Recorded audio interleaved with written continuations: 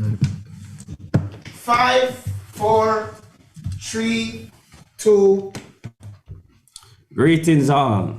Welcome to another exciting episode of Primal Sports. I'm your host Dale. And I'm Kane the Schwab Watson. First show for the year, first episode. Big things for this year. Close out last year on a high. So looking forward to 2022. Big year. Yes.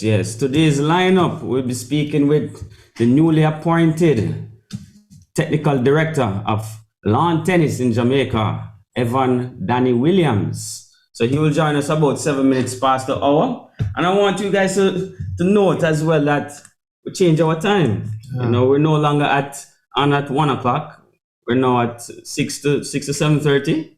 6 to 7 for this week. For this week, you know, it's tentative. Our feedback is, seeing that we want a later show for our viewers, we have to make our viewers happy. But, they've been requesting that we start at a later time and also extend the show to 90 minutes, you know. I mean, we have to please the people, We're for the people. Yeah. Yes. What you looking forward to this year, Ken? 2022, a big year. The world sport is football. And this year, the biggest thing in football is World Cup. So this year, World Cup is definitely the biggest one single sporting event. So Olympics is big, but it's a multi-sports. But for one event, World Cup viewership off the charts, and the whole world is tuning in. Some people say the world stops for World Cup. Yeah. So, looking forward to 2022, the World Cup should be primal. Yeah. So to say. For sure. Boy, there's a lot of things happening this year. I'm looking forward to the World Athletics Championship that will be hosted in America for the first time. On American side, we have our Shelly and Fraser, who says she's going to try and break the 100-meter world record. Yeah, well, and I'm sure Elaine Thompson is also going for exactly. it. So, sports is going to be big this year. That's one of the main things. I said there's a lot of things. Clayton Thompson is about to return for the Golden State Warriors. So a lot of things. And also NASCAR and Formula One. Looking forward to see if Hamilton will show his face this season. And I'm sure a lot of people in other sporting areas are looking forward for their individual sports, individual championships coming up as we go into this year, seeing that everybody's getting back into the mix. We are we're still in the pandemic phase, but it doesn't seem like we're going to pause again. So all jets going forward to your sport. Our sport, table tennis, we're looking forward to world championships as well. Commonwealth Games is the next big thing coming up. Big thing around the corner, multi games right there. Yeah. And we should be feeling a Jamaica team as well. I hope that my host and a producer will be a part of that team. And hopefully he's a coach for the team as well. So, later on this summer, the Commonwealth Games will be July the 8th to the July the 28th of July, the 28th of July to August the 8th in Birmingham, England. So looking forward to that games as well. Yes, definitely looking forward to that. And also, big news, I've been advocating for this young star from 2016 from St. George's. And now, I see now the new coach of Jamaica Reggae Boys has included the big man, Alex Marshall. Giving him an opportunity to show class his skills on the football field come the end of this month against Peru. So I think Paul Hall looking to look at different players that's out there that didn't get that opportunity to kind of show themselves doing. How you come by the title big man? He's your player? Yes, he's my player. Okay. I tell you this, I know you always carry him from high school days and this youth here is the only youth never see full the stadium. 2016 Flow Cup final. Yeah, man. This youth. I don't think he fully stadium. You don't think it was Alex Marshall? Two prestigious schools fully stadium. I think it was at George's team with Marshall heading. It was a good team. He's a good player. Chevron Stewart in the head as well. And speaking on that note, another player in that time, another high school star, is now playing straight in League 2 in France. Junior Flemings signing with Toulouse FC. To me, that's a big move because Toulouse is trying to seek promotion to try and play in League 1 next year. And to play in League One in France, I mean, that would mean you go to the likes against Messi, Mbappe, and those are world-class talents. So, I mean, big move for big a move. Jamaican to go there and try and get promotion for his team, and France, football in France. France is one of the big footballing nations in Europe, one of the top 5 leagues. So, big move for another Jamaican. Probably one of the most watched right now because of the move of Messi to PSG. So, big things this year. That's a good move for Julian Fleming. Yeah, touching on the football as well. Today we had some interesting results. In Champions Cup. Champions Cup, first time we're gonna have an all-rural finals. Yeah, I think so. I'm not quite sure, but we know this year is going to be an all-rural finals. Clarendon College versus Dintil Technical. Yeah, Clarendon College defeated Kingston College with 2 late goals. It was an evenly contested match.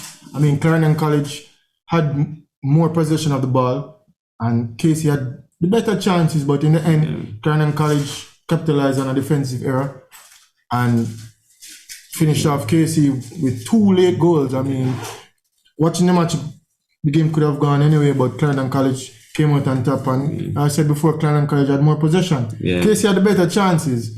But in the end, I mean, 2 good teams. 2 good teams. And I think it was a good match.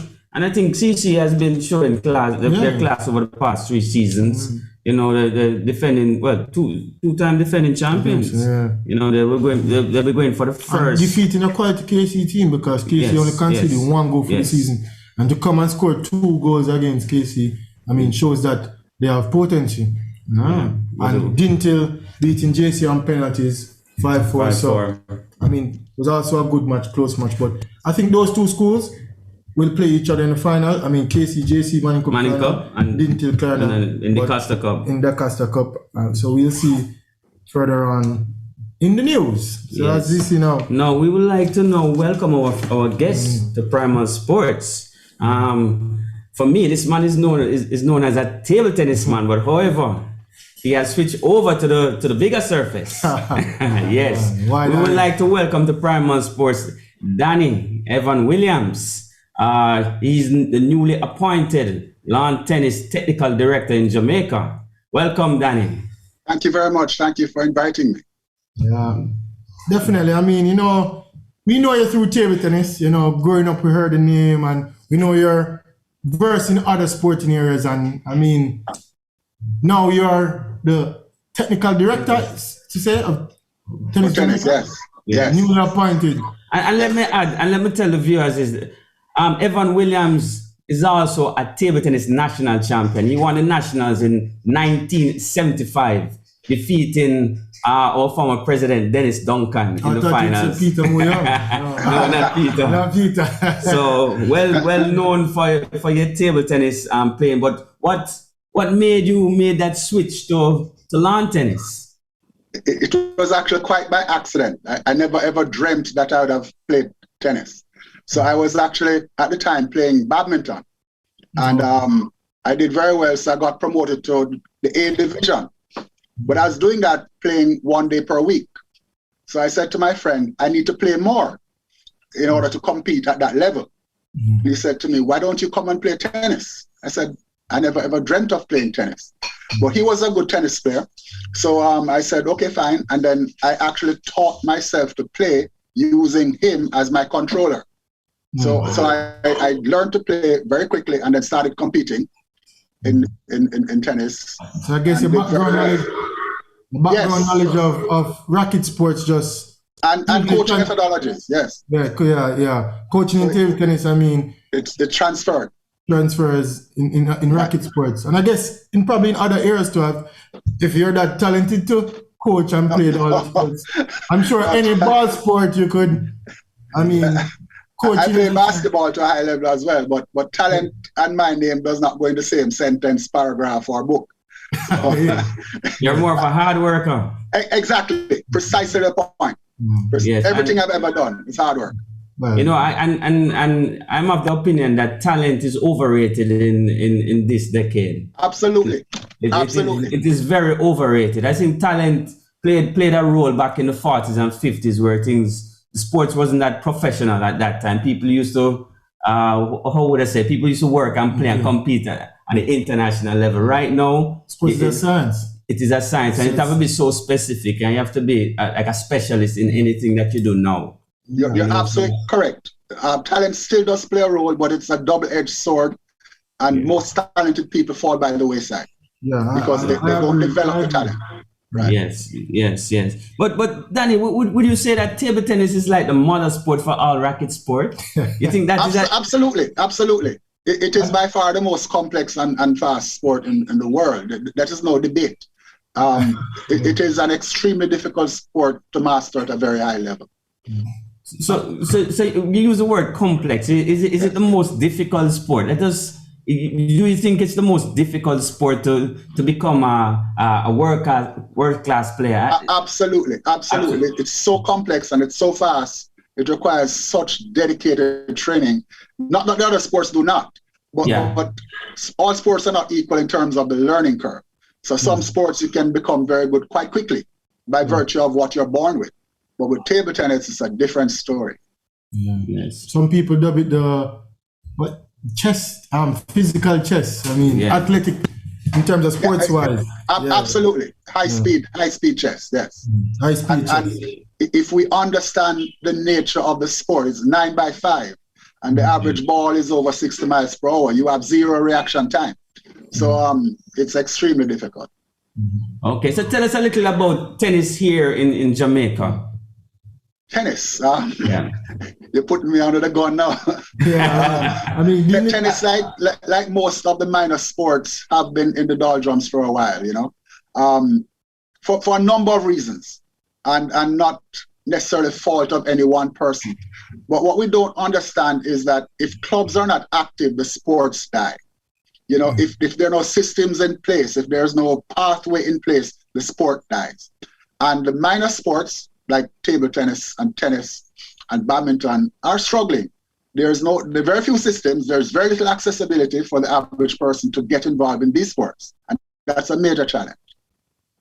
Okay. I second you with that one. I can put the blame on our mentality overall, because I think that we're a third world country. Am I correct, right? I think that we do things in the reverse here. In a lot of the third world, the mentality is in reverse. We tend to invest our help after the fact. Yes. We're not realizing that you have to invest first. In development, then you will be rewarded afterwards. And absolutely. That is the difference with a Germany and a Jamaica. Yes. That's exactly the difference. They're not waiting for you to become successful before them come on board. They're on board from the get-go. Yeah, we tend to be bandwagonists, and that's a problem, because the development is where it's really critical. So if you look at what we're focusing on winners. No less than 1% of all the people attempt to achieve anything in sport are not going to make it. Yeah. So you're looking at very minute numbers. So hundreds of thousands that do not make it, do you consider them failures? No, you can't. But we're only looking at that 1% that makes it. Yeah. That's not where it's at for me. Yes, well, I think that should be the mindset for everybody. Especially at the development stage. It's never about winning; it's about the journey. Yeah, it's all about the journey and the process. And how many lives you can impact through sports. Yeah. We're not looking at that. We're not looking at the opportunity cost. As well with the club system, or you said more a system put in place in these so-called minor sports. I don't like to use that term because to me, all sports are major. It's just that we're situated because you can make a living or not only playing, but sports in itself is a business. But it is. I mean, the system is said most of these minor sports, we don't have a club system in place whereby you can become active after high school, places where you can play, places where the sport can feed off and you can develop talent, hard work, or even at one level. People can come and play in clubs from abroad, all over after they leave high school. There's nothing in place. There's no transition. And there's no pathway. There's no pathway. Yeah. Even in universities. Yeah, even universities out there, we don't have much university, but even the university sporting system is not that big. So that's where that's true. we're also a victim of our population size, you know. Yeah. So a lot of people don't understand how that impacts the sports. Yeah. You know, so we're 3 million people, let's say. Of any population, only 2.5% are considered talented. And of that 2.5%, another 2.5% are extremely talented. But we only have 3 million people. Yeah. Do the maths. So we have a much smaller group from which to draw talent. So we, in order to balance that, have got to up our game in terms of infrastructure and systems and quality of coaching. Yes. And we are behind the 8 ball in that, because if you look in the region around us, I mean, even I would say more so the Spanish-speaking regions, they invest more in their sports. They have infrastructure, they have arenas. Yeah, big arenas and stuff. Table tennis for one, we don't have a home. Arenas that they don't have to pay to use. Yeah, I'm not sure that in as well. how many places can you literally go and play lawn tennis? There are very few places that you can actually go to that do not require a fee. And the sport cannot thrive like that. The masses have to have some sort of access that is at very little cost or free. But we don't understand that. At the same time, there is also the business of sports. So there has to be some sort of earning potential from sport. We can't neglect that at all. Yes, yes. And even in high schools, not how much is there? I'm sure there's a lawn tennis high school competition. Yes, there is. How many schools compete in this event? There have been times when we had a lot of participation. Over the last maybe 10, 12 years, it has declined dramatically. So it's just a matter of trying to revitalize that. Some of the really prominent schools from the rural parts of the country have ceased to be active. We need to go back there and try to revive that. Sport is not about Kingston. It's an island wild. I said, once it's in the schools, kids will play. Because I remember starting high school, I knew nothing about table tennis. Right. I used to play football and basketball, and then I went into the little room and I saw players like Mako was here, and then I fell in love with the game, and then it started from there in second form. Yes. And I mean, the infrastructure was there, and then there was a team, and there were players, and that's where I sat and I watched and I learned from. So if Casey wasn't at table tennis school, I wouldn't have played table tennis. Yeah. Just like if it was lawn tennis now, I probably would have been a lawn tennis player if it was lawn tennis versus table tennis. So within these schools, they need more facilities. Yeah. And I mean, the table tennis room back then wasn't in great shape. It's just that it was there, and I had access to it. Yeah, and it was available to us 24 hours. We had the keys. We could go on Sunday. We could go on Saturday. Yeah. So that is why Casey was somewhat the factory for table tennis in Jamaica, because we have a room that's ours. Yeah. You know, so there's a history and a record there that is unequaled. Yeah. So if it was a badminton sports, yes. If it was a badminton court, I'd probably be playing badminton. Exactly. I don't know. Yeah. And then said, for 14 years in table tennis. Yes. And nobody has ever come near that. Yeah. And as you mentioned, resources and just having access to it is so important to the development of any sport.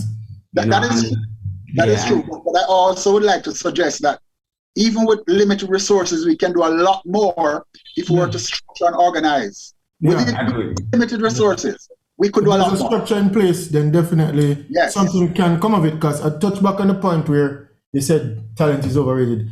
For myself, I don't think I was the most talented player in my era coming up. It's just that I work hard and I stuck with it. And but you also had some advantages too, you know, which we won't get into right now. Because I mean, the advantage I think is that I had better players around me where I would feed off, I would watch and I play, and that was a system in place. And then I had a good coach. The coach was there, and then I mean, I just work hard, and the rest is history. And I have to bless up the coach Nanko. It's his birthday. You know? Yeah, coach Selvin Smith. He was the one who resurrected table tennis at KC. So definitely. Yeah, but Danny, I want to ask you something about. Let's go back in history. I want to hear about your table tennis career a little bit. I want to touch on your dominance back there in the 60s and 70s. No, it wasn't in the 60s, but It was very short-lived. And I was at the time extremely unaware of what was happening. I was very naive, extremely unaware. I didn't even know I was a star until recently. So back then, unaware, really unaware, really naive and unaware, and in awe of everything around me. So as a matter of fact, a lot of things happened that I did not know how profound they were until after. So I probably played seriously for about 3 or 4 years, and then I stopped. I stopped right after our return from Guyana, where we actually won the team's championship. The last time when we had an entire contingent of strong teams, we won. And you never heard a word about it, But that was when I stopped, and for reasons maybe we've not best gone into now. But I stopped very prematurely. Okay, and which year was that? 77. 77. Okay. Right. Oh, who was on that team? We had a strong team. You had Cornel France, Richard Stevenson, myself, Roberta Biles. I think Colin was even on that team. So yes. So well, just to touch on what really happened, we used to have trials. We used to have what we call top 20 trials, where the top 20 players would get together and compete to make the team. I always tended to do well in those trials because I was extremely fit, and so I won. I went undefeated in the trials, and yet still we played 5 matches and I was on the bench. So that super team. That was a super team. Yeah, but based on the results of the trials, I determined that I was not interested in this. That to me that was injustice. Danny, yes. Danny, but you also went to the World Championships in 1977 in Birmingham. Yes. You didn't mention that. We have our personal historian here. Yeah, man. Yeah. I'm not good with dates at all, so don't. Okay, well, let me add another one then, Danny. You actually won the silver medal in the consolation singles in the Commonwealth Games. Games, absolutely. But that's important to say. You're not. I have a better history of you than you have of yourself. Absolutely. But I do remember that. I remember getting a really nice watch as a prize as well. I think you played a guy from Singapore in the finals. Yes. It was a fantastic experience, I'm telling you. Playing with world champions and training with them and playing against them is a phenomenal experience. The levels are night and day. But this is that kind of accomplishment should be highlighted though, Danny, because this is the first time hearing of this. Yeah, well, you see, I heard of this before. Again, I was extremely naive. I did not know. This should be highlighted. Yeah, I'm a historian myself. I speak to all the old-time players. I've never heard of this. No, man, it was a hell of an experience. A matter of fact, this is amusing because when we first went into the hall, it was so massive that the perspective was distorted. So I was like, we can't play on those matchbox size tables. They were too small. But there were real size tables. Just that the hall was so big, we felt so insignificant in that place. Yeah. A massive, massive place. So that the tables appeared very small. Yes. So that was how naive I was. I was in total awe of I think the guys were at the World Championships, But it's a phenomenal experience to witness firsthand. Say that again, Dale. Maybe that's a good thing being naive. You don't want the occasion to get to you. Where you kind of be naive. The anxiety and all of that won't really come over you as much as when you know the value of where you are and what's at stake. Sometimes it's absolutely better that way. I was more in awe than anything else. Yeah. Danny, so you and I have something in common, in that one of the greatest mentors in my table tennis life was a man named Derek Moore. So tell us a bit about Derek Moore and the influence he had on your career.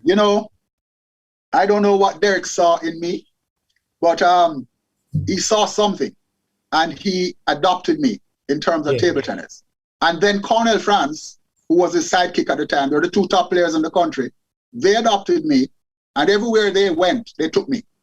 And they would play each other until they're tired, and then I would get a chance to play both of them. And that's where it started. But before that, there was a mentor at Calabar. Sam Washington was the vice principal, and the manager of the team was also extremely helpful and influential. And in fact, I owe him my life. Interesting. Yes. Well, from my perspective as well, Danny, the first time I ever came to Kingston to play table tennis, you probably don't remember this, but I hung around you a lot and I even borrowed some books from you. And I actually gave me an advantage over, I never returned the books, by the way. It gave me an advantage over all the other players. Yes, and yes. I think that approach to table tennis, which is more an intellectual approach, has always informed my game, and I think yours as well. And I think it's no surprise you ended up as a coach, technical director. Yeah, but again, that part came by accident because it happened at a time when I swore I'd never ever coach again. Anything. I determined that I was going to stop coaching completely and pursue enjoying myself with sports and painting full time. And so coaching back in tennis came as a complete surprise. You said painting. Yeah, Yes. Danny, yeah. Okay. You have to tell us these things. No, because Danny, I remember you must have spent a lot of time in the sun, because when I met you, you were almost a white man. And That's from the outdoor sports tennis. No, well, basketball, I spent a lot of time on. I love basketball is my primary sport passion. Okay. I love basketball. For me, I like football. I love football, but I mean, it's just a sport that we play or choose to play. Yeah. On that level, I mean, yeah. Peter, you're about to say something. no, I'm just saying that we always used to admire the players who went to the Kingston YMCA, like Mikey White and David Marshallek and Evan Williams, because those guys could beat you at table tennis, and then you look around and 5 minutes later they're playing badminton. Yes, And then shortly after that they're playing basketball, and we were just table tennis players. So Danny was an extremely versatile sports person. Yes. And artistic as well, apparently. I mean, painting. Well, I dream of the day when I'll be able to return to that, but right now it's a pipe dream. Who are the prospects? I'm sorry, Dave. Yeah. Who are the prospects in lawn tennis now? There's a guy named John Chin from Mandeville. I heard he was going to be the next thing, but he pulled out of the CST or Panam? He pulled out of the Panams under dubious circumstances. I know you're not going to talk about that, but who are the prodigies? Oh, first, let me start at the top. We have a pretty reasonable, good Davis Cup team right now with Bicknell and Phillips, and below that you have a nice strong core of players like Jordan Gibbs, Daniel Azar, Kyle Forrester, a whole group, Stefan Rumble. There's a whole group of strong, promising players at that level just below them, and hopefully they will matriculate into Davis Cup representation. Below that, we can't leave out the girls. Catherine Bibbs has done very, very well. You know Catherine, Peter. You know Catherine Bibbs. Yeah, she's related to some player, some ex-player. Happy about that. But there's Catherine, then there is Julie Madden, and then there's some other younger players. I'm trying not to. You see, I must leave out. I can't remember everybody, but Yes. And there's Samson, and then below that you have a nice group of 14s that look very promising, and below that a nice group of 12s. There are two really exciting kids coming out of Mobay, Jade Ferron, I think, and kid Michael. I can't remember his last name right now, but they are really, really exciting to watch. What about Pagan? I never heard you calling him Pagan. Isn't Pagan? He was a finalist this year. Yeah. Last year. Sorry. Yeah, but Dwayne is not. Dwayne is coaching mostly, so he still has a very good level of play. So he can well, but we're talking about the future now. So when you said Davis Cup, Danny, where are we in the Caribbean? There's no real Caribbean at that level right now. There used to be back in the day, and it's something we hope to try and revive. So there's no Caribbean competition per se at that level. But at the junior levels, there are competitions there. Are we beating Trinidad? We're beating Guyana? No. So in the last tour that I took, where we took the 12 and under girls to the ITF tournament, we actually came second. We actually had three championship points, but ended up coming second, and then they made it to the finals of the bigger. That was Alyssa James and can't remember the other girl's name. Yeah. And then we came third in the boys at the same level. So at that level, we're relatively competitive, but we don't have the depth that the other teams have. And culturally, we are not on the same level in terms of intensity. We need to be a lot more intense in our play. Okay. So are these players local based or in? Yes, all the players. Top players like Phillips and they're local based. They're local. Okay. And I think we need to strengthen that. That's a good thing. What we have to accomplish is to set up a education pathway where our players can access scholarships, stay here, and still have quality training. Because, and let me just say this unapologetically, I don't think there's anything that they do in Europe or North America that we can't do here. Yeah, totally agree with that. You have to build a structure here. There's nothing special about the land in China or the land in Germany. It's all the same. It's about the mentality, all right? But I want to ask you, how far away is Randy Phillips and Blaze from even qualifying for a major tournament like the Wimbledon or French Open? Yeah, that's a difficult thing. You can get wild cards. You can play enough tournaments to acquire enough points to get to there, but it's very difficult. I don't think we have a clue how competitive it is. It's very competitive. And there are lots of things that are needed to be done that we're not doing. So things like nutrition and a specialized trainer and rehabilitation and things like that. We're not paying attention to those things. You know, Danny, I don't think Jamaica is a sporting country still, you know. We only talk sports, you know. I really don't think that we really know what sports is about. You know, yes. We kind of just talk about it. You have to understand that we have been spoiled. We have tremendous success at the Olympics through our track and field athletes. And so we come to expect the same from the other sports. But that, you know, what's in place with the athletics is not in place with the other sports. And also, we need to understand where talent goes. So your marquee sports are going to attract the bulk of the talented athletes to whatever sport. And then the lesser talents are going to fall into the minor sports for the most part. Not that you will not have an exception. So we need to look at that and analyze how we can try to change that. So the athletes that we do get, who are not necessarily top tier in terms of athletic talent, we need to do a better job of training them.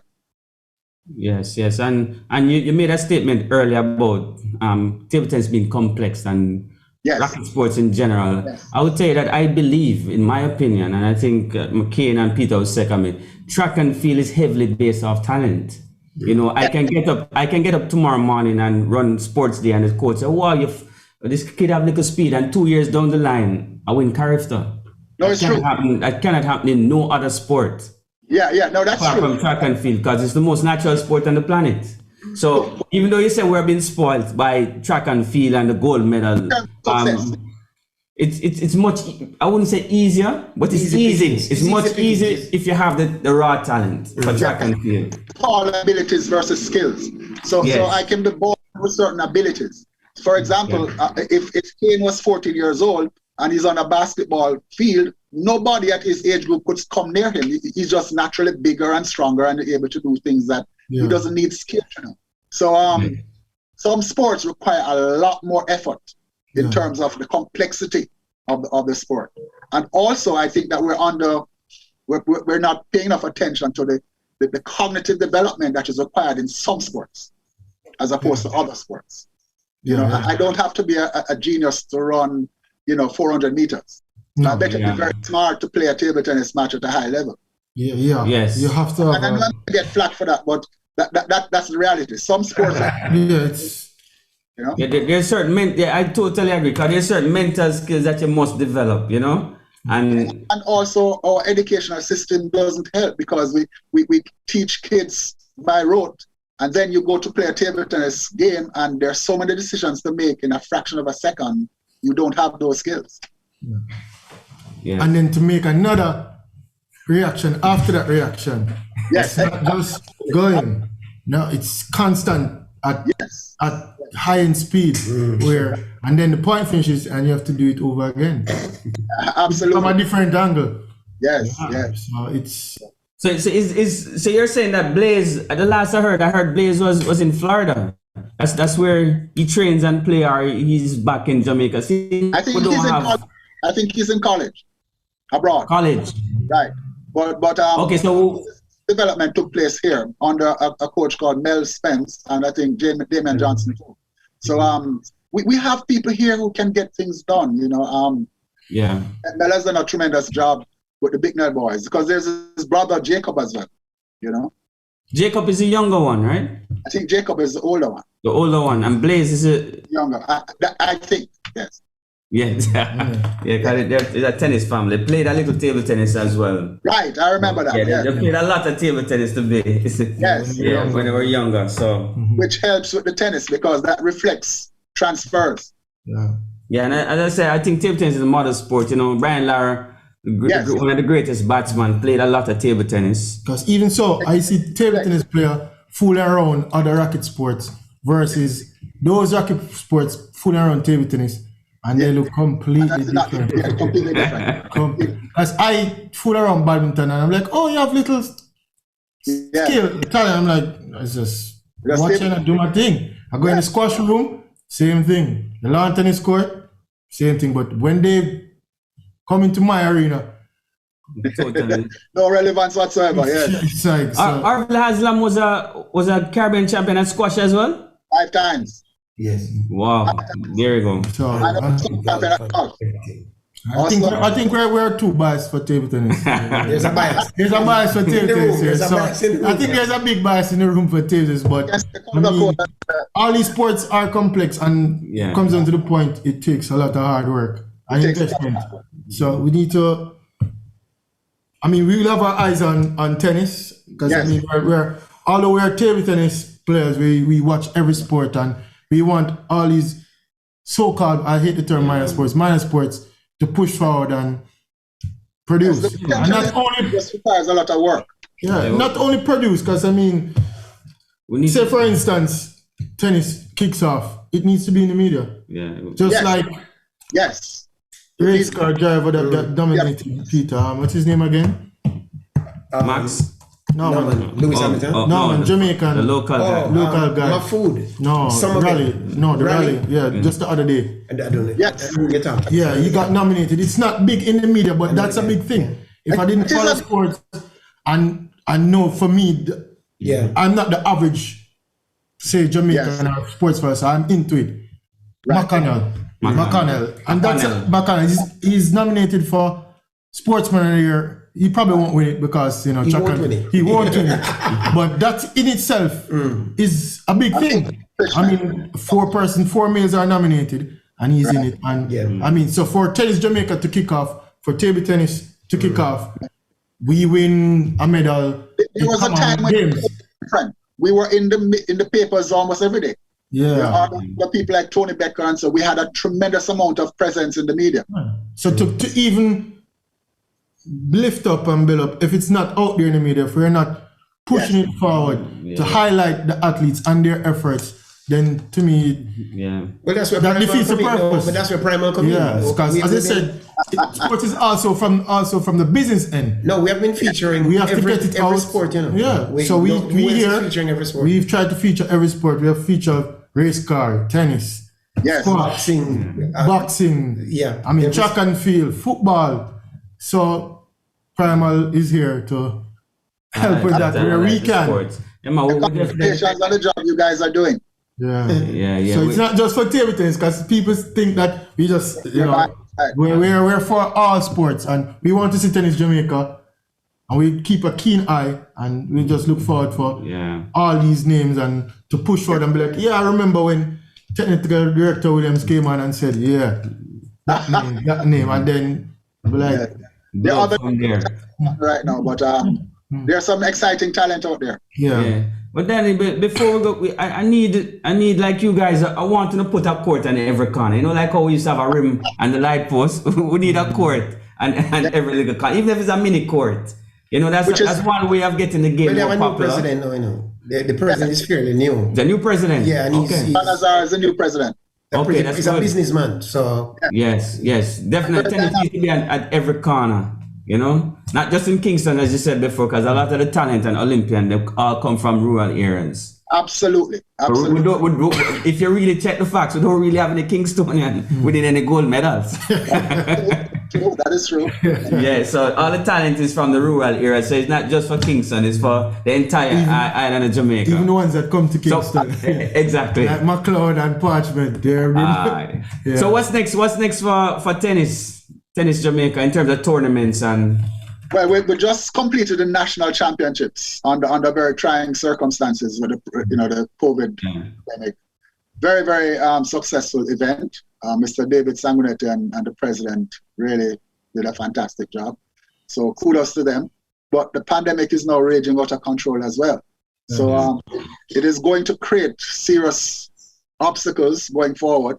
But I do believe, this is my personal opinion, that we as a country have wasted the pandemic, because when we went to Domrep the other day, we realized that all the other countries were still training. Yeah. So even the pandemic, they had bubbles in which they trained. Yeah. We went into our shell. And so we lost a lot of traction. And I think we need to find ways to be safe and still get the work done. Yeah, these places have structures. As I said, I've been to these places and I've seen where they have, in Domrep, for example, I've been to Domrep and they have a village where they have arenas for volleyball, for table tennis, for basketball on one big land. And absolutely. Yes. To enter, you have to be an athlete to go there and play and practice. So it's not like for spectators, and that's where they train. And it's a top-class facility. Absolutely. On the outside, it doesn't look that way, but when you go inside these facilities, the table tennis arena tables, you go down, just because I used to go there to train, and I run around the facility, and I'm like, oh, there's a building over there, and you look. Boxing. There's a diamond over there for baseball. As I said, boxing plays there. Yeah. And I hear the noise, and people are in there playing, but I'm over in my corner playing table tennis. As if I didn't do running in the mornings, I wouldn't know. And it's a big land, but they have that structure in place where we need to look that way, but we constantly count the cost to do it, realizing it's a greater cost to not do it. Yeah, sure. Definitely. Now, Danny, I know you don't leave out table tennis, So you have to tell us what about your coaching in table? I hear you're doing big things up by JC, So you have to tell us a little about your program up at Jamaica College. I'm still very passionate about table. I've never lost my passion for it. I just was very frustrated with what's happening in table tennis, and I think there's a lot of undesirable things that go on in table tennis, and I didn't want to be a part of that. But I've always, in my heart of hearts, wanted to keep contributing to table tennis in a very quiet way. I'm a very, very private person, and so in a quiet way, I will still continue to do what I can with the table tennis. So I do have a group of kids on the training up at 189, and as you know, we're doing some serious work.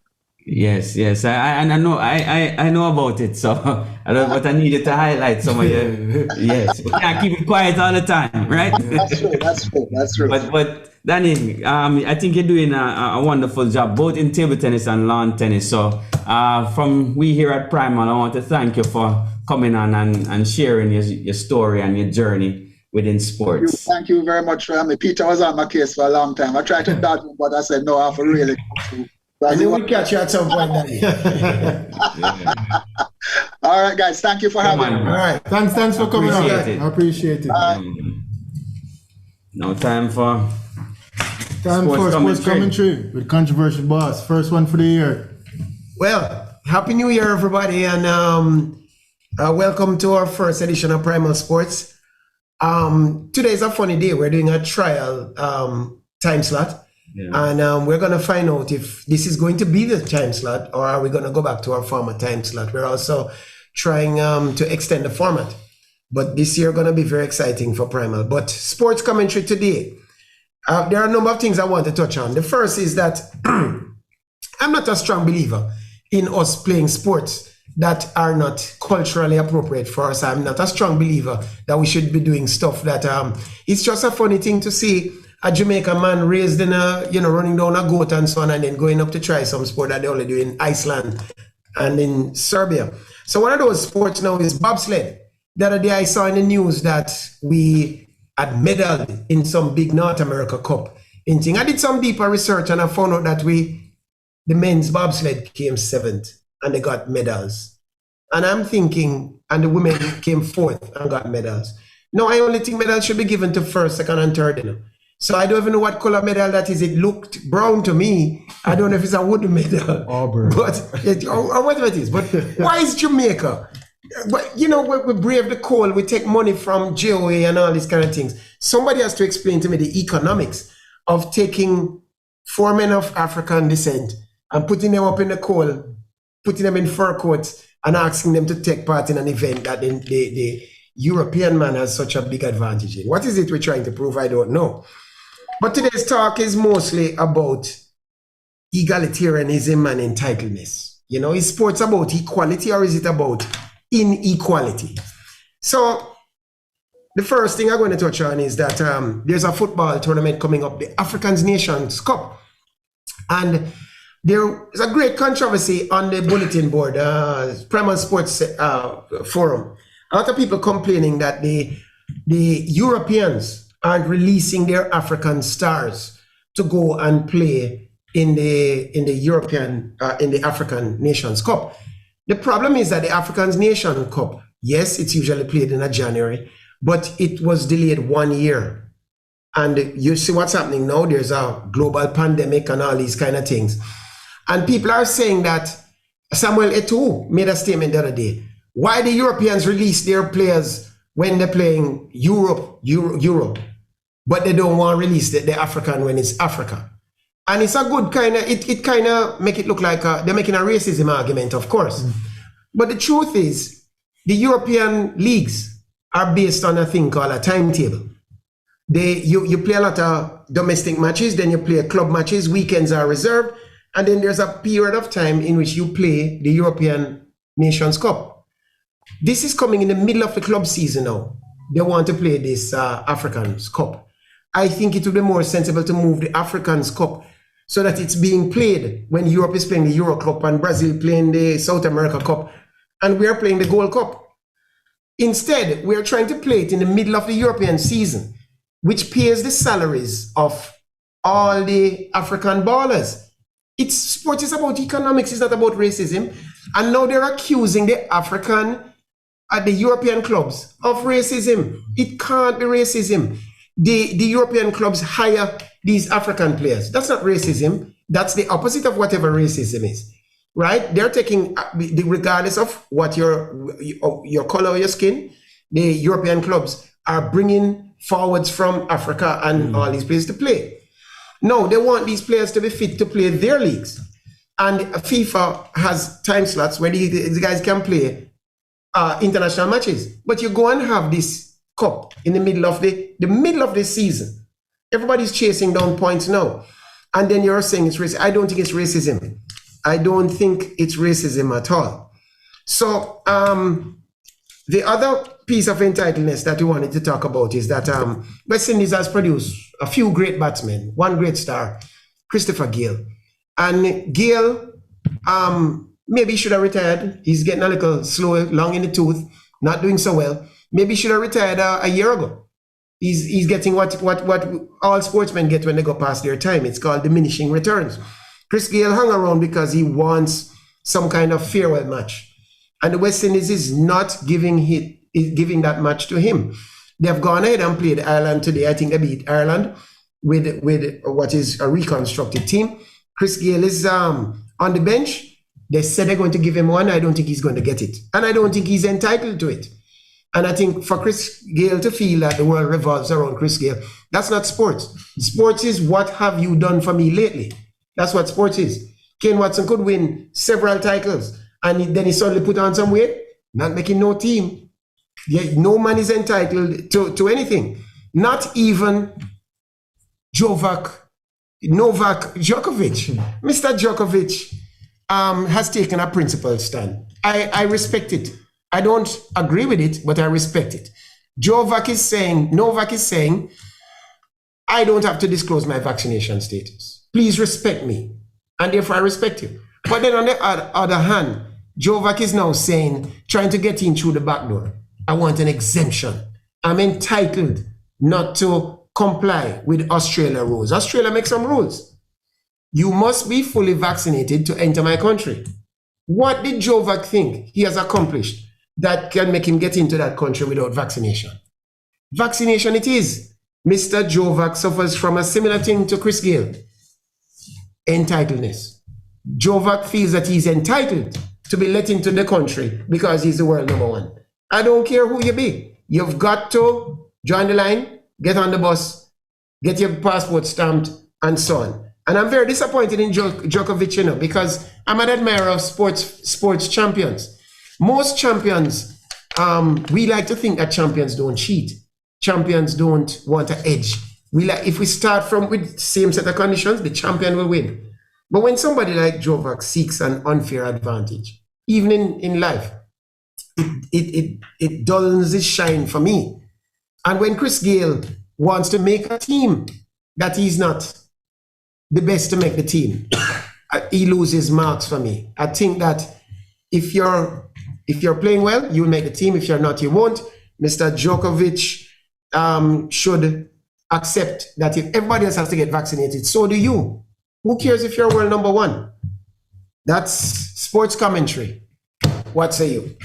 All right, what a commentary right here. But I'm going to touch on the football first. What do you think? My opinion of African Cup of Nations, you definitely cannot have it at this point in time. You know, as Peter touched on the point in terms of what Europe or the scheduling of the championship, the Euros and the Copa America and so forth. The African Cup should have gone within the same slot. You know, that because if you look at it, these managers, they're under pressure, you know. Yeah. A lot of these managers at the club, they're under pressure. So they can't afford for them start to go play African Cup and somebody get a broke foot or you understand the dilemma that they're facing as managers of the club. So I am definitely with the clubs in Europe, and I don't think it's racism. It all have to do with economics and just the fact of competing. You know, you want to feel the strongest team. You can't pause the league just for them to play African Cup of Nations. And I mean, the bread and butter. You have to secure the bread and butter. Of course, and the top leagues in the world play in Europe. I mean, basketball. It's the NBA. Yeah. You have foreigners that come in to play. You have to secure bread and butter. And I mean, playing around that now is, I wouldn't say subsidiary or secondary, but you have to secure butter. And for these players to leave in the middle of the season, the clubs are affected because, I mean, they pay you. So, as Peter said, the best solution would to schedule your competition when Copa America, when they're on a break or in the same time as Euros. And market it, because I mean, African Nation Cups probably won't be as viewed now due to it coincided with leagues playing all over. And I mean, you get to see these leagues play day in, day out, week in, week out. So you have more. We think pay them. Pay who? The players? Yeah. The clubs. The clubs. Yeah, and they get paid. So it have to be a priority. Yeah. You know, not saying that we're not loyal to your country, you're not loyal to this, but the African Cup, they definitely have to do better in terms of the scheduling of the competition. You have to be sensible with this. And it's not racism. Everybody's always so quick to jump and say, oh, this is racist, they're against black people. How can they be against black people? And they hire so many Africans. And these clubs. I'm paying them some ridiculous amount of money. And these clubs are European clubs. Yeah. So why wouldn't these clubs break when a European championships are playing? Yeah. European clubs break for European championships. Yes. European clubs don't need to break for African championships. Yes. So if it was an African club now, they would break for the African champion. Do you remember the phone lines are open? The number is 1-876-552-7406, and that's via WhatsApp only. Let me repeat again, 1-876-552-7406. Please feel free to call, talk on any sporting topic you want, give your take. I mean, from last year going forward to this year, what you're looking forward to, anything. I mean, phone lines are open and feel free to call. Yeah, back to what you're saying there. Yeah, so long story short, right? They need Short to story long. whichever way they want to put it. They need to. Hold on, we have a call. Hold on, we have a caller coming in. I guess this call is waiting for me to announce this. Hello. Hello, good afternoon. Welcome to Primal Sports. Yeah, man, good evening. Happy New Year, Primal. Happy New Year, Cunning One. Cunning One. Sounds like the Cunning One, right? Greetings. Yeah, man, greetings. We're gonna start the new year different though, because I disagree with a lot of what you're saying. So we have to start it. It's fine. Yeah, sure. Go right Go ahead, man. Alright, so the first thing, really the African Cup of Nations. We have to disaggregate it as a little nuance, because yes, the fundamental issue the clubs have is economics. But when people talk about racism, it's not about the clubs. We know what is the club them interest. But when you have media houses going to ask a player, do you prefer to stay with the club versus go represent your nation? There's no way them would ask an Englishman that. There's no way them would ask a German that. And it's not just as a result of the economics of the league then. It is a subtle disregard for African football. So there's that in it. So we know what the club's interests are, and you'd be foolhardy to think that the clubs are saying, boy, we don't love Africa. The club's different. Do you think they would ask Mikel Antonio the same thing? Do you prefer playing for West Ham or going to Jamaica? No, but that yes, they would, and it's disrespectful for that. I mean, this is why I'm afraid. That's why I say, you can have a cake and eat it, because when I'm sure, as Jamaicans, when David Moyes was suggesting that he never want Antonio to play for Jamaica, I'm sure you as analysts weren't really happy about that. No, well, I understand the point David Moyes is saying. You understand. No, I agree now. You understand, but you don't love it. So when the African don't love it, you have to see with them. So you have to break it down subtly. We understand the economics behind it, but that don't mean so we have to look every and everything and how they deal with it. Yeah. Because there's no way David Moyes would have said to Rooney, Everton over England, you know. But Cunning One, I disagree with you. And it might not be right. It might not be racist, but it's a disregard for what them view as the lesser. I mean, it's lesser football to them. That is possible, you know. That is possible, but that kind of situation will never occur because Euros, the schedule of their competition, they use. No. Remember World Cup qualifying too, you know. So we buck up on the same issue with Antonio. That's why I say it might not be the exact thing, but it's fruit from the same tree. Oh, so you're saying they wouldn't bar Rooney going to play for England, but would bar Mikel Antonio. Whether they like it or not, they are disrespectful. No, we don't like it, but we understand, as you said. Exactly. I mean, that's where I started. Yeah. But understand, but we don't like it, and there's aspects that are disrespectful and borderline racist too. They probably see it as bush league. Hold on. You're saying racism. You're saying racist, and you're saying being disrespectful. I think it's just one point that you have, Cunning One. I think it's a slight disrespect, but I don't think it's racism. But absolutely not. Who you choose to disrespect more, say something about you, whether it's conscious, subconscious, explicit, implicit. Or you think it's more of they're saying that we play bush league? Probably they're saying that we have, instead of, it's not, I don't think it's, as they said, racist. I more think that why let your star ball go play in a bush league versus... No, that's the club. Remember, say it's not the club alone. That's why I said there's only a nuance in it. There's more, things are more than the same. It makes dollars and cents for the club, but who you will choose to be stronger on these things with releasing, just pay attention on which set of people have more issues in terms of getting released for international football. The Africans and the minnows. For the European clubs, African, South Americans, people from the quote unquote terrorists. If you want to take race out of it, fine. But there's a degree of creating an other and subtly disrespecting the other. I would agree. I would agree with you with the second point because Anthony Grant went through the same thing in terms of not wanting to release him. They tell him don't come and then bench him. And don't play since. Yeah, so I'll agree with the disrespect part, but I don't think it's racism. So I agree with you on that. Anything else you want to touch on? I want to talk about Djokovic too. Hot topic. I actually disagree with controversy boss in a way. Because what has happened is that there's a narrative that has swayed us, and when I actually do some further research, there's a narrative that's swaying us. I was about to touch on that as well. Because really, the rules are the rules for true, but what has happened is that the media, etc., is not really telling us the full story of how the rules work. Why Djokovic thought he could come, because he's not an idiot, and he has a management team, so they're not idiots either. So what really happened, it's very deep. Because what has happened is, one, if you actually know the politics of Australia and how the government works, it's a federal country.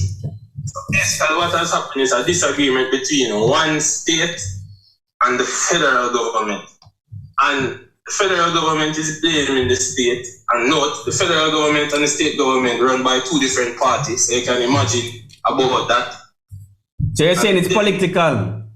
Yeah, it's political as well as usually, what I would say is when there's a disagreement between systems and an individual, most times the system are wrong. And what has happened is that they set up rules, visa rules and exemptions for the vaccine mandate. And you as a member to enter an next man country is not a right, it's a privilege. The government control that. True. Two things happen. Djokovic applied for an exemption to play the tournament. And I think there was actually a random system where the people assessing whether they need the exemption or not never know it was him, and him get through, so that is one level.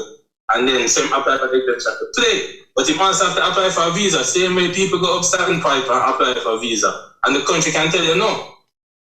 And the country tell him yes. So we have to look at it and think that the blunder might actually not be Djokovic. So don't get me wrong, maybe ultimately, him know that to get around the world easier, if he want to play, him should be vaccinated. But there is a system in place in Australia. Him apply, him get through, him reach, and when him reach now, it become a political football, and then him go our prison hotel.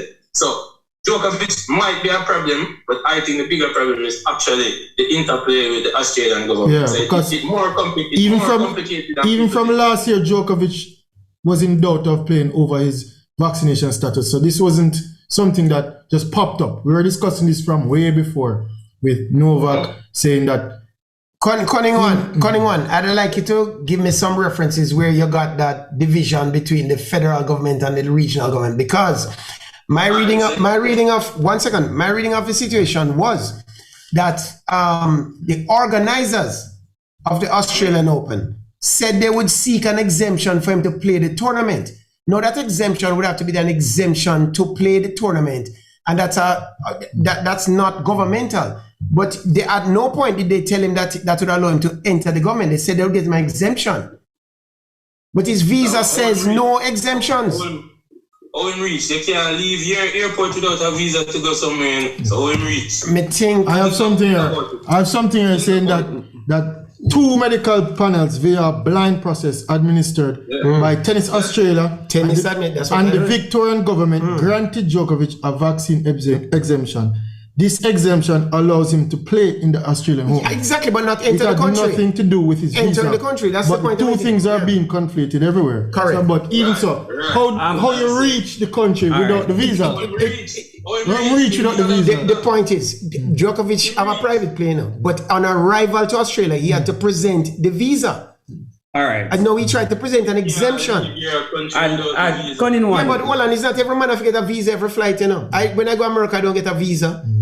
No, but you might have a visa waiver, you still have to present. No, man. You have to have an extra and applying it in the system. It's not. I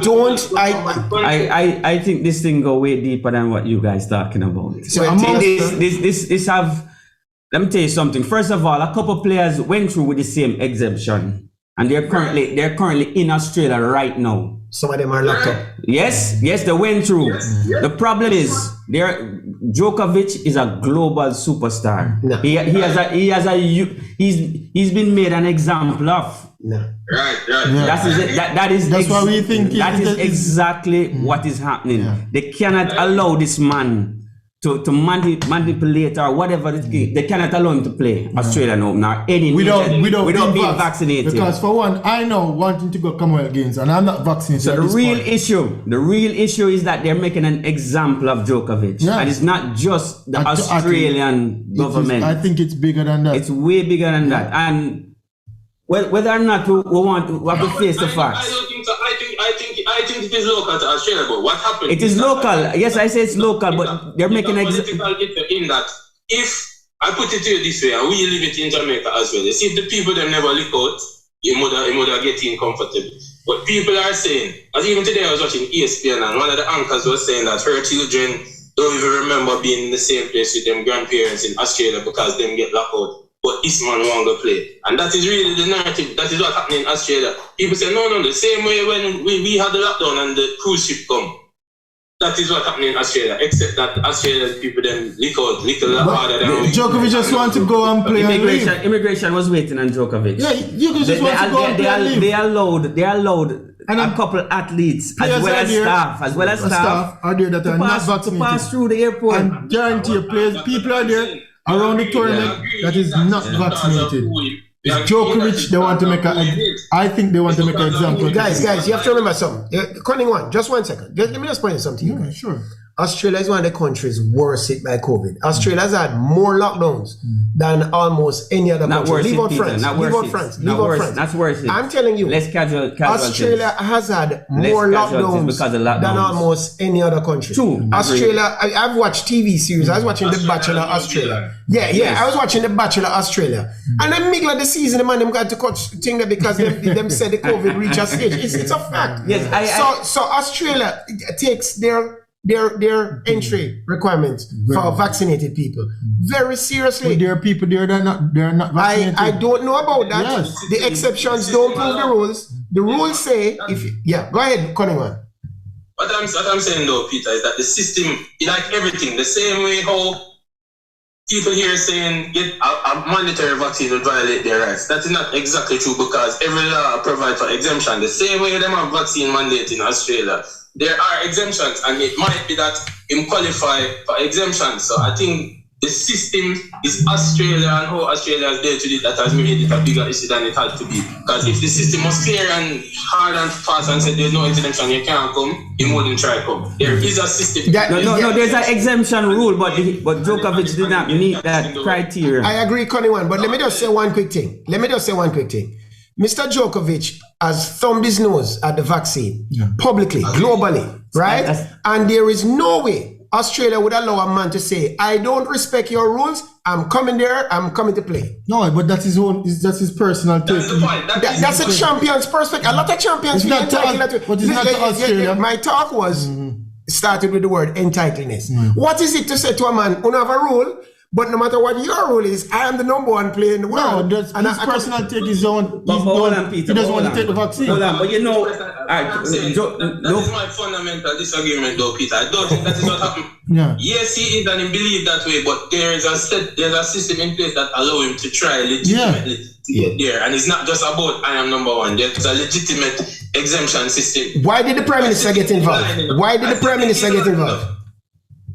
No, as I tell her, this is ultimately political. Correct, sir. Correct. Yeah. Once Mr. Djokovic makes a stance, it becomes political. Yeah. It becomes political. Public stance. Because people are going to say, but Mr. Prime Minister, what kind of government you have? Yeah. How you make Djokovic come in the country? They want to say, him come in and not my grandfather. Precisely. Yeah. Thank you, sir. Yeah. That's what took place. But other people get in, but they're not Djokovic. I don't know if no other people get in. I'm telling you. I don't care. Australia have the right. I don't care. People get in, but it's just that Djokovic publicly announced. Djokovic is a global star. He's the most loved athlete now in the world. Djokovic is the most loved athlete in the world. So can you imagine him taking a stance 2 years before the vaccine was a year before the vaccine was available, saying that he's not going to take the vaccine. Hold on. So being that global superstar that can potentially influence millions of people. Yeah. Correct. Do you think Wimbledon going to let him play? Do you think he's going to play the French Open? He's going to have to make a decision whether you're going to try and break the record by getting vaccinated, or you're going to pay the price by sacrificing your playing career. US will make him play. The US will not make him play. Americans different. Djokovic will have to make a decision whether to get vaxxed. I hear, but I think it could be that, but I think it's more local than it is. I don't think it's it's due to Australia. Listen. Yeah, man. I think Australian politics more than a global conspiracy. It's not a conspiracy, you know. I'm just saying he's an icon. No, I don't say conspiracy in a bad way. You said it in a good way while ago. But thank you, Shane. Thank you, Cunning One. All right, thanks, It's always a pleasure when you call in, you know, because you're always Informed. Yes. He challenges. Yeah, always against Peter. More on my side. You well done, Cunning One. Not always, man. I ended the last year agreeing with Peter most times. Why? All right, thank you very much, though. Yeah, man, all the best for the new year. Yeah. I'm not sure about 6 o'clock, but anyway, when you do it there. All right. Okay. So thank you for your opinion on that one, Cunning One. Yes, Big up. as I said to you, you know, look at it, Peter. Anytime you go against the grain as a public figure, as an icon. Muhammad Ali. Yeah, I was about to say that. Muhammad Ali. 1967, refusing to go to war in Vietnam. Prison because for- of his Yes. religious beliefs, right? Yes. 3 years out of him prime. From Yeah, but 25 years old. There were lots of We were conscientious objectors to the war, you know. There were lots of conscientious objectors, but Muhammad Ali didn't just conscientiously object. He went on the media and said, not going. Exactly. And that's exactly what Mr. Djokovic For the is people, in. I like people like those. No, Djokovic. So Muhammad Ali, I they like have it, but he should. they have my respect. Djokovic shouldn't have tried to get in. Should If have he said just not take him playing. and say not play, I respect that, but I don't respect trying to get in through the back door. Yeah. Well, I mean, him get the exemption And- from Victoria State, but the Prime Minister step in and say, "Oh, no, sir." No, it would be a bad. Anytime It would be you a go stain rough- on Australia. Yeah. It would have been a stain And on then that would Australia. set the precedence for the other tournament. Yeah. Going forward, Wimbledon, French Open. Of course. So, That's the price you pay. Tommy Smith and John Carlos, that's the name in the Olympics. The Black Panthers. Yes. 1968. They were banned from athletics after that. I was in Germany or Russia. No, that was in Mexico. 1968. Yeah. You understand? So it was for a cause, you know, against racism in America and so forth. Was banned from athletics, never run again. No, but this argument about racism, you know, So- especially with respect to the African Nations Cup coming up. I mean, the English Premier League, I looked on the list of players who are being released. Don't follow what people say. The guy from Liverpool, Sadio Mane. and 2 guys from Liverpool, Salah. they're being released. Salah is being released. The guys from Cameroon are being released. Which club is it that's not releasing people? Because you notice Cunningham never mentioned the club that's holding back a player. He spoke about journalists asking funny questions. We don't care about that. Yeah. The clubs are not, as far as I know, fighting this, but it's going to hurt the clubs. Yes, it is. Trust me. It is. They are going against their economic interests. Yeah. And so we should make saying racism. I don't see it as racism at all. No, that argument, there's no racism in that. There's nothing racist about that. That is just straightforward. You know, you can't have a competition in the middle of another competition. And that competition is what you've been paid. Can you imagine if Djokovic was a black man? That's stuff in Australia. That'd be a whole heap of beer problems. I don't even think him get the exemption. The Prime Minister come down hard and him, you know, the man say eat that, eat this and eat that. Him ask him chef, him say no chef. No, I never saw that, yeah. Yes, man, him tell him, I know Djokovic don't eat When it's certain politics, things. you know. But Don't I hear think- the detention hotel is Horrible. Yeah, he saw insects in his condition. He saw insects Primal in his hotel conditions. room. I mean, I wonder if you have AC. He's asking to be moved to somewhere where he can go and practice. That's the court cases on Monday. So gentlemen, on the thing, Chris Gayle is gonna get a farewell match from the West He Indies. should get it. You think he's going to get it? What is West Indies? Do you think? No, hold on. We're playing against Ireland, No, Peter. no. I hear we win the match today. You know. Yeah, we won. played We today? beat West Indies is on the way That one up. miss me. They say when you hit rock bottom, you know, anything else is up. Is up. So we're on the way up. We beat Ireland. No, in all fairness though, I think they should give Chris Gayle a farewell. We're in Jamaica here. Yeah, man, him earn it. Chris Gayle earn it. Chris Did Gayle, Brian Lara get a farewell match? I can't recall. I don't remember. Did No, but he retired. Gordon Greenish get a farewell match? Desmond Haynes got a farewell match? No. They just didn't get selected and they had to go complain. Chris Gayle revolutionized cricket in the West Indies in terms of money. If he got a farewell match, that would be revolutionary. No, man, Chris Gayle help West Indies cricket. They can help do something individual for him at the match. cricketers. But if he, as I agree with Peter, if he's not, Like what? Game out, making face to ball. no, I mean, no man. Kane, we're playing At Ireland. lunch break, when Look- lunch look here, time, look here. you We're- come out in the middle of the pitch. We're playing Yes. You have a Ireland. ceremony. Kane, and then, you know, we missed the opportunity. They should have selected the gentleman and allowed him to play the match, this match against Northern Ireland. Yeah. He makes a duck who gives he makes a duck. Yeah. It makes a duck. Yeah. You understand what I'm saying? But they should have given him the opportunity. No, while he still can see the ball. What you make of this? Yeah. What you make of this Guyanese cricketer? Which one? Hitman I don't know. being overweight. Yeah. I saw. He's a gifted batsman, you know. Yes, I Gifted batsman. Won the World Cup But- cricket under 19. But you know, cricket gone past that now, you know. It's the age of fitness. Definitely, because I don't like the fact Mr. Pierre. We have a call on the line. Welcome to Primal Sports. Hey, Happy New Year, guys. Happy New Year, Good Mr. day, Garvey. Mr. Keith Garvey. Yeah, man, very interesting program today, I must say. What's it, Cunning one? The Cunning one, yeah. Yeah. Mr. Cunningham, but he goes by he has a blog, he's Cunning one. He's Oh, he very, does? he's very literate and write pieces now and then, but he's a good friend from mine. Well, let me post a link to it. Send me the link and we'll post it on the Primal Facebook group. Yeah, he's very well read, I should say. Yeah, man, Yeah. Happy New Year to you guys. So I just want to touch on three things quickly. It won't be long. The Chris Gayle saga.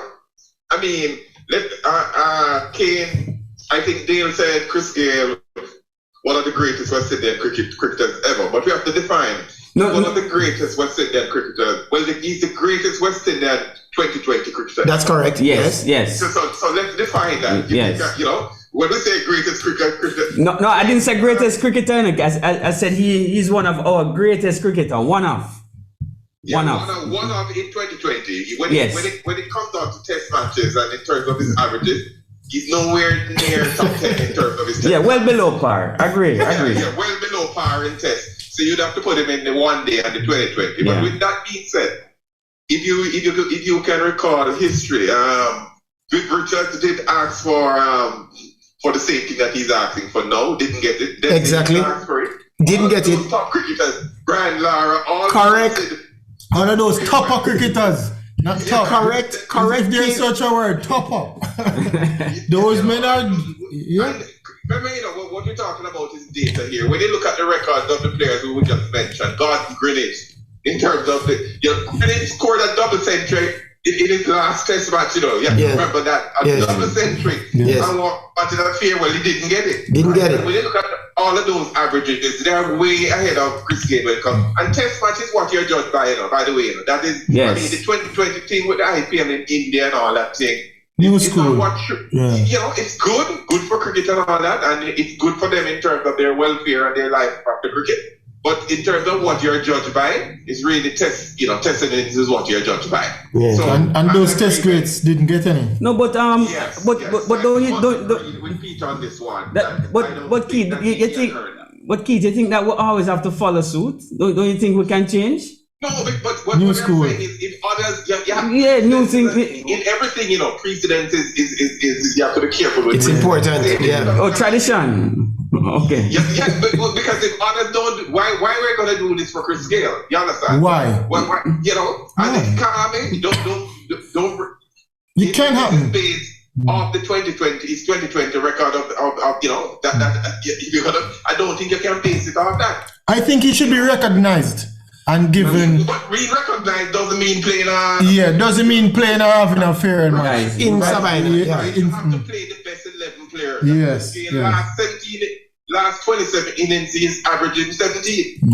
So you can't make the team. So if you can't make the team, a farewell can be organized like how we organize a curry boat match. Organize a little thing, a little lunch break session. But Keith, Can't be official. Keith, cannot be you will official. agree, West Indies versus Ireland used to be a corridor match, you know. Well, yes, back in the days, Ireland was Should be very competitive these days. right. Keith, you said you had two other points. Yeah, let's move to the African Nations Cup now. I think the whole thing has to do with how with how Africa has advanced, I don't think it's racism per se, but it comes back to economics. But let me make my point. African football competition it has been around, and this thing about moving it to coincide with Europe can't be the point, can't be the way to go, because they have different winters, different summers. So you have to understand that African Nations Cup, which is going on now for decades, from George where it is, has always been held in January, and European Cup has always been held at the same period. So nothing has changed. What has changed is the influence, and I think it's important to make this point. It's the influence of African footballers in rural football now. In days gone by, you have a one George Weah, or you have a one Samuel Eto'o, or you have the guy from Chelsea, Drogba. You always have one-off players. The problem, Liverpool has 3 world-class players now who is from Africa. To Peter's 2, you add Mane, Salah, and Keita. They're the midfielder, right? He's Africa. The team that is refusing to release the players, and I'll just add that because it was added before, is West Ham. West Ham have about 5 players, and they have a winger who plays for West Ham by the name of Sarr. Ishmael Sarr, right? He's a player who, what the club tried to do is to say he's injured. Stop playing him. And you know they're fighting for that 4th spot as well, so I can understand. No, not West Ham, not West Ham. The next dog. Watford, yeah. Yeah, Watford has about 5 players. Yeah. Who is from 5 main players. Yeah. Yes. So that is the problem. The problem is not, when we talk about racism in Europe, racism, let's not deny it. Maybe this is for another program, but racism is there. That is why they take the ball before each man. It's very subtle. The banana peels are still thrown. Monkey chants, when everything. the team lose, it's still racism. Whether it's a very subtle thing. It's racism. It's not something that you can just see in front of you. But who is in it will tell you. So what you should try to get is try and get Raheem Sterling on the program here, because he's doing. Or try and get the guy from Manchester United. We're going to try and get George Weah on the program. Rashford. Try and get those guys on the program who is actually in the system. I think it will be very interesting to have one of those persons tell you what the racism in football is like. It's very real and it's very much there. So as to the European thing, Klopp, who is my coach, everybody know I support Liverpool, but I was in agreement with it. He called the African Nations Cup the little competition. That's on this. That's what Coleman was pointing at. But Keith, you had a third point. Yeah, my third point. So we talk about football, we talk about the cricket. And Djokovic. With Djokovic, what I'll add to everything that he's saying is that there was a cut-off period. There's 2 things. There's a cut-off period of December 6th for the exemption. Djokovic did not apply on December 6th for it. Djokovic also, what is important for the listeners to know, he contracted COVID in December. Yes. He contracted COVID in December. So the other thing too now, with the medical exemption, the problem they're having with it is that you say you're getting a medical exemption. You must have a point in terms of what is it for. Djokovic is refusing to tell the people what is it. There's nothing that says you're getting a medical exemption because of asthma or because of this or because of that. You understand? It's just a medical exemption. But Keith, I thought that when you contract COVID, you have to give your body a certain time before you can be vaccinated. So I thought that was one of the points that. But remember, as I said before, he has come publicly to say he doesn't believe in it. So it's a lot of politics, and he gave them ammunition because the date passed, so they can use. If they don't really want it there, they can say, "Hey, December 6th passed. Why didn't you apply?" They can say, "Wait, what is it why you want the medical exemption?" Same like when we were going to Commonwealth Games and we were going to other games. You remember in Jamaica, we had to get some people had to get some exemption. Yes, where they had to take certain. You remember that? That happened. So it happens everywhere. But you have to say, Dale, what you're getting it for. He refused to say what is he because he's saying that is personal. So everybody who has got it and who is in the country had to say that I'm having a medical exemption, whether it's because of asthma or whatever it is that forces you not to be able to take a vaccine. He refuses to say that. So although he again is my player, just like how I went against Liverpool, I am in agreement with it because he is not for somebody of that status and have that influence in the world. Yeah. And based on what is happening now, he should be sent home. So I'm in agreement with that because he didn't apply on time and he refuses to say why he needs the So Keith, you think that we will see him at any of the majors this year being unvaccinated? I agree. I agree with Cunningham on this one. Remember, I answered like this 3-4 months ago. He played the US Open. I went to the US Open live. I was there. And guess what? I had to show my vaccine card to get in. I had to show everything to get into the stadium to watch it play. I am telling you that he will play the rest. They'll find a way of having him in the US and they'll find a way of having him in the French. The way is to get vaccinated, Keith. Huh? The way is for him to get vaccinated. Yeah, but what I'm trying to say is... I think they'll find a way for the US Open. Yeah, Uncle Sam will find a way. Let us see Keith. US Open was when in September. Yeah, thank you, Keith. So less people are dying from COVID now than last year. Of course. Yeah. You understand? So if they found a way for him to play the US Open 3-4 months ago, why don't we think that they'll find a way for him to play come next year? But remember, when the US Open comes around next year, it's gonna be this summer. This is crucial. COVID. The history shows that when it comes on to the summer, we have less infection. Yeah. So it's a totally different story when the US Open comes around because the US Open is in August summer.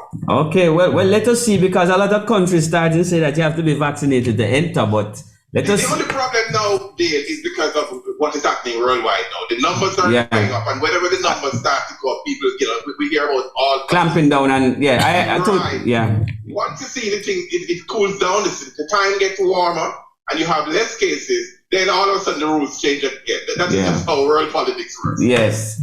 All right, Keith. Thank you again. Thank you again. Program, keep up the great work. Yeah, man. Big up, respect, Keith. Well, we think this time's not going to work then. Well, I don't know about that, I'm not sure about this time, sir, but I mean, we should have asked Keith and his opinion. No, we can ask the audience. Audience, we want to hear your feedback on whether you think this is a better time slot for Primal Sports Center or whether we should go back to the traditional time. Go on, please just comment on it on the Facebook group. Yeah, Primal Sports. What do you think, Ken? I think we're for the people. We're for the people. Give the people what they want, and I mean, we just want the show to flourish. Yes, and we can't flourish without your feedback. Well, it's good because we're able to get the callers a chance to talk because normally we are pressed for time. Russian. What do you think? Extending the show is good, but we can also extend the show at one. True. I'm always for the, I'm a numbers man. I'm always for the numbers. Whatever the numbers say. Whatever the numbers say, we'll roll with it. And we will provide and kick things off. This year so far, great. And going forward throughout the year, pick up the callers. Can I take the time to announce one more thing? Yeah, go ahead. Primal is going to launch very soon Primal News, which will have a similar format. People can discuss current affairs and all that. Already there's a Facebook group, Primal News, where we're inviting the public to give us your opinion on anything. Vaccine, spaceship, microchip, the person, whatever takes place in the world, in the diaspora, Primal is interested in. We're not just interested in sports. We are interested in sports. But there's another thing called Primal News. And people want to talk about what's happening. And we have a perspective. I believe that this phenomenon, they call it the democracy of media, where people from the grassroots report the news rather than have a man from upstairs, having Rupert Murdoch in him, up in the office sending you the news. That's not the way to get news now. We go and send the news up to them. What's his name? Robert Murdoch. Rupert or whatever his name is. It's a Murdoch. Yes, fellas. Well, we come to the end of another exciting show. Peter. Yeah, man. Thanks to Evan Danny Williams for finally making it on the show. Great interview. We learned a lot. Yeah. About his career. Bright future as well. On in tennis Jamaica. Yeah. It was very informative. Yeah. Sports commentary again was controversial, boss. And the callers were on point. I like the challenge of Mr. Cunningham. Yeah, man. Yes. It's very rarely we find ourselves on the same side of our But thank you guys. Thank you guys. Primal Sports out. One love. Big up from Primal.